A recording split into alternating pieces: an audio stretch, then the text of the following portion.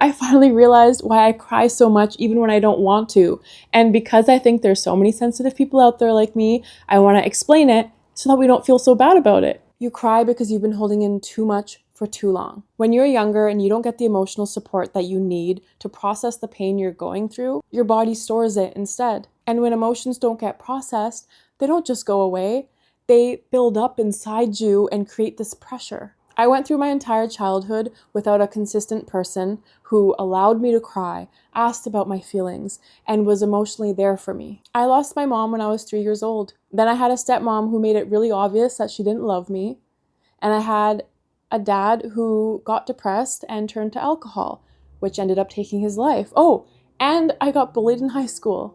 And when you go through a lot of pain and no one is there to comfort you, you stop showing how you feel. And I didn't have anyone there for me emotionally. No one said, "It's okay, you can cry.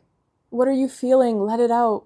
And because no one showed me that, I started shutting down my feelings. I was really sad, but if those feelings and emotions had nowhere to go, of course I'm just going to keep them in. Like, I learned, without even realizing it, that if I cried, no one was going to be there. And I can sit here and say, if my mom was still around, she probably would have been that person for me. But I know a lot of people whose moms are around and they are unfortunately emotionally limited. They still didn't have a safe place to cry and let out their emotions. I think a lot of parents never learn how to be emotionally present for their kids. And those kids end up just keeping everything in. And I think a lot of us learn that if you cry, it just makes things worse. When you cry, people say, "Why are you crying? Why are you always crying? What's wrong with you? Oh my God, you're crying again?" And it's like it annoys them, it inconveniences them. Or I think worst of all, they just kind of ignore it, like, "Oh my God," and then just walk away. I think a lot of kids are kind of like, sent to their room when they get in trouble, and they spend a lot of time crying alone in their rooms. And I don't think that's okay.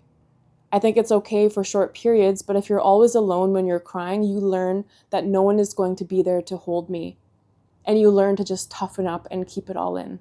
And I think for me, the easiest way to understand why I cry so much, even when I don't want to, is by thinking of it like having an emotional container inside you, where all your unprocessed emotions went since you were a kid to now. People who have safe, supportive upbringings get to empty that container all the time by being comforted, held, talking about their feelings, basically by learning how to feel your feelings in a healthy way. But if you're like me, that container never got emptied.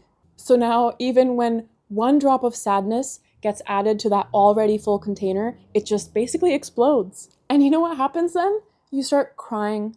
Tears start rolling down your eyes even before you can even stop them. You start shaking.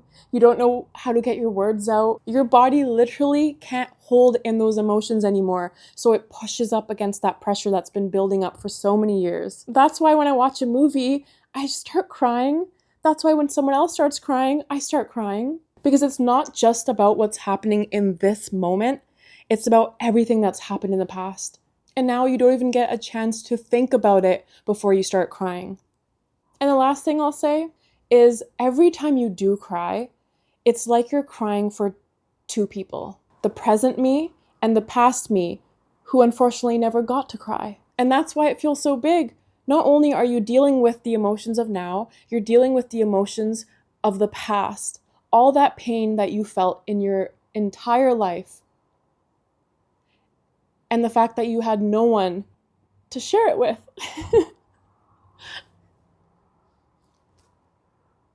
See, is this a good reason to cry? Not really. But now I know it's because I was thinking about all the pain in the past. Whereas before, I'd start crying like this and feel so embarrassed.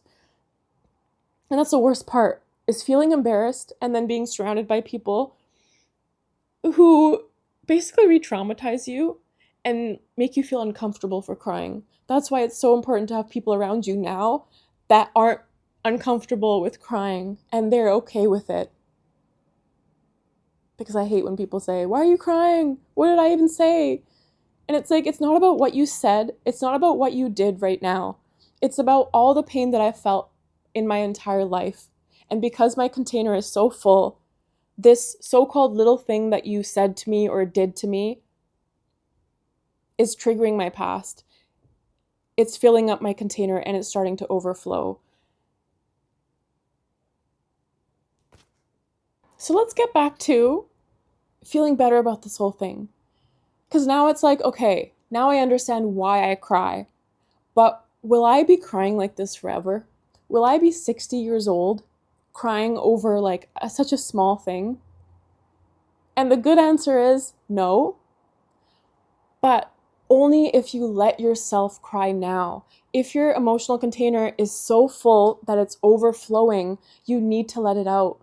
Whether it's, in the shower with sad music, whether you're watching a movie, just don't be embarrassed by it. It's something that needs to come out. That's why it's good to have people around you that know what you've been through and they know why you cry. And just them knowing that makes you feel less embarrassed because you need to get those emotions out.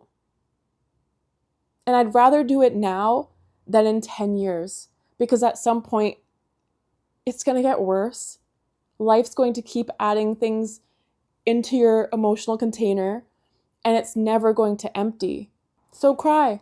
Let yourself cry. Now that you know why you do it, let yourself cry. Because every time you cry, it'll make it feel less heavy. It'll feel less intense. You'll be able to control it more. And the worst thing you can do is shame yourself for it and go back to just keeping it all in. You've been carrying pain that you never had the chance to let out before. And now every time you cry, you're finally letting it go. So you're not too sensitive. You're just catching up. You're catching up on years of emotions. So yeah, nothing's wrong with you. And it will get better.